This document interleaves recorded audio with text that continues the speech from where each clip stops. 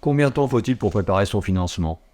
Pour préparer ton dossier bancaire, il va falloir s'y prendre des mois avant. Sans financement, il n'y a pas d'investissement, ça l'oublie pas. Tu vas devoir préparer ton financement plusieurs mois avant d'acheter. Comment tu vas faire? Tout d'abord, tu commences par chercher un financement, comme je l'ai dit, plusieurs mois à l'avance. Tu vas chercher un partenaire bancaire. Le but, c'est pas d'ouvrir des comptes dans 10 banques différentes. Ça va être de s'entourer de l'interlocuteur qui va être capable de vous accompagner sur vos projets, qui va être capable de te suivre sur ton prochain investissement. Tu vas devoir créer une relation, un partenariat. Cible 3 ou 4 banques avec qui tu seras susceptible de travailler. Bien entendu, tu vas pas pouvoir domicilier tes salaires dans toutes ces banques-là, mais tu vas pouvoir par exemple ouvrir un compte avec une carte bancaire. Tu verses une somme dessus et tu effectues des achats. Tu te sers de cette carte.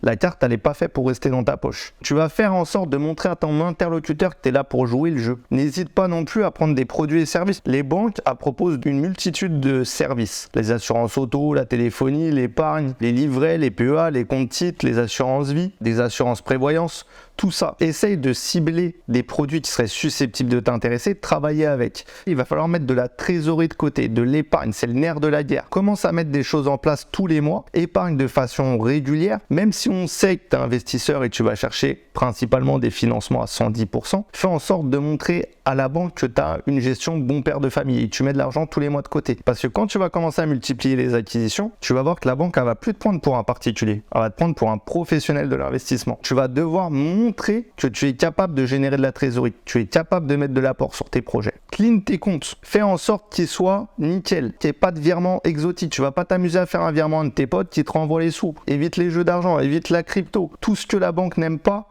le but, c'est pas de le cacher, juste d'avoir des comptes plus sexy. Utilise peut-être un compte secondaire pour faire tes opérations de jeu d'argent. Tu mets 10 000 € dessus et tu les oublies. Prépare ton dossier à l'avance de façon numérique, tes 3 derniers relevés de compte, tes 2 derniers avis d'imposition, tes 3 derniers bulletins de salaire et tu les classes par catégorie. N'attends pas le dernier moment pour le faire. D'ailleurs, tu peux télécharger notre e-book gratuit juste dans le lien en dessous. Comme ça, tu vas obtenir tous les tips et astuces pour obtenir ton financement à tous les coups. Après, il va falloir savoir si tu vas passer par un investissement en nom propre, en SCI ou en société.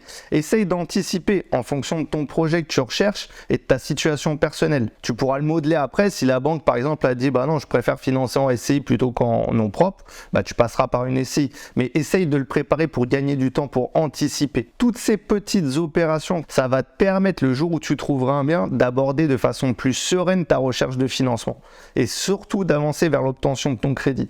Parce que si tu ne te prépares pas plusieurs mois à l'avance, tu peux être sûr que tu t'exposes à des refus de prêt. Surtout aujourd'hui, la situation est plus complexe. Fais très attention, mets tout ça bien en place et tu verras que tu avanceras de façon beaucoup plus sereine.